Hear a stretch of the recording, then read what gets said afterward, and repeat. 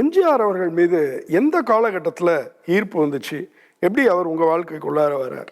1974 நான் கல்லூரியில் படிக்கின்ற பொழுது பொன்மனச்செம்மல் புரட்சித் தலைவர் எம்ஜிஆர் என ஈர்க்கப்பட்ட ஆரம்பத்திலிருந்தே நான் பொன்மனச்செம்மல் புரட்சித் தலைவர் எம்ஜிஆர் படத்தை விரும்பி பார்க்கின்றவர். அந்த நாட்டத்தின் அடிப்படையில் 1974 அதிமுகவில் செலுவம்பாளையம் கிராமத்தில் கிளைக்கழகத்தை தொடங்கினேன். நேரடியாக இயக்கம் ஆரம்பிக்கும் போது நீங்கள் வந்துடுறீங்க. அதற்கு முன்னாடியே பலருக்கு எம்ஜிஆரோட பயணப்படுறவங்க திமுகவோட பயணப்பட்டது அதெல்லாம் நடந்திருக்கு. அப்படி எதுவும் முன்னாடி இருக்குதா, இல்லை எம்ஜிஆர் ஆரம்பித்ததுக்கு அப்புறம் தான் நீங்கள் வரீங்க? இல்லை, எங்கள் அப்பா திமுகவில் இருந்தார். எங்கள் கிராமம் பூரா காங்கிரஸ். ஆனால் ஒரு கட்டுப்பாடு உள்ள கிராமமாக இருந்தது. எங்கள் அப்பா திமுகவாக இருந்தாலும் வெளியில் காட்டிக்க மாட்டார், அந்த ஊரோட ஒத்து போவார். ஆனால் வெளியில் எங்கள் அப்பா ஒரு திமுக அனுதாபியாக இருந்தார்.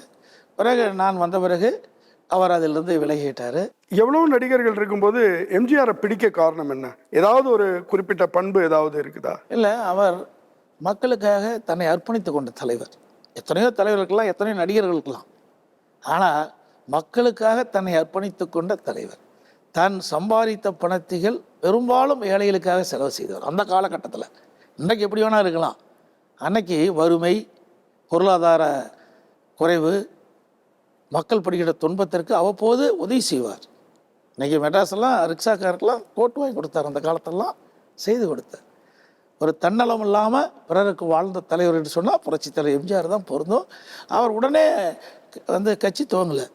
3 முறை திராவிட முன்னேற்ற கழகத்தில் சட்டமன்ற உறுப்பினர், அப்புறம் எம்எல்சி, தமிழ்நாடு முழுவதும் 2 முறை பேர் அண்ணாவுடைய கட்டளைக்கு இணங்க மக்களை சந்தித்து திராவிட முன்னேற்ற கழகம் ஆட்சிக்கு வருவதற்கு அடித்தளமாக விளங்கியவர்.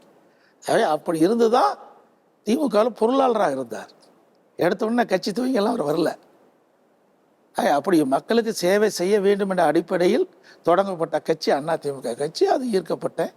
நான் எம்ஜிஆருடைய ரசிகராக இருந்தனால அதை அப்படியே கட்சியில் நான் தொடர்ந்தேன்.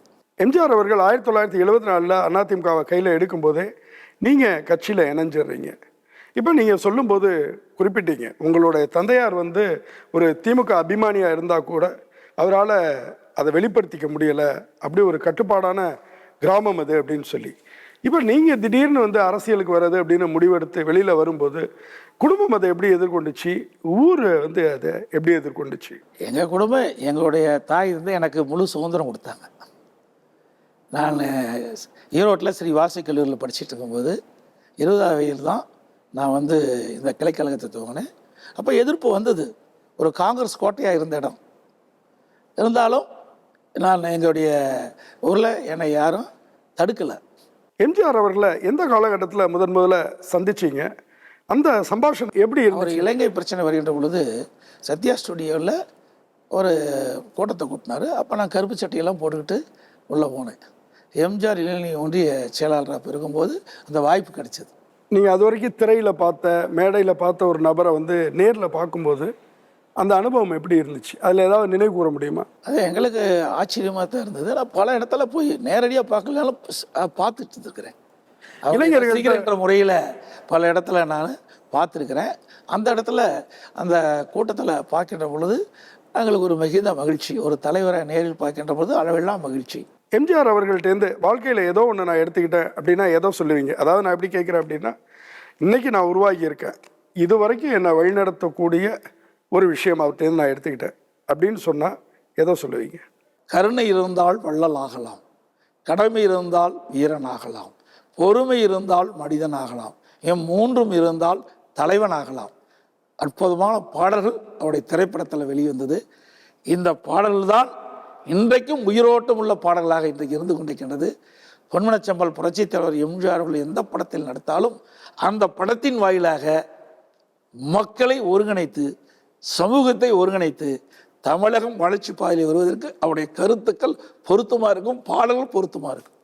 அவர் சிறு வயதிலேயே வறுமையை சந்தித்தவர். அவர் வாழ்க்கை போராட்டத்தை சந்தித்து தான் அந்த நிலைக்கு உயர்ந்தார். அப்படிப்பட்ட ஒருவர் தலைவராக ஏற்றுக்கொள்வது மிகுந்த மகிழ்ச்சி. அனுபவ நீதியாக யார் சோதனை சந்திக்கின்றார்களோ அவர்தான் அந்த வழி அவர்களுக்கு தெரியும்.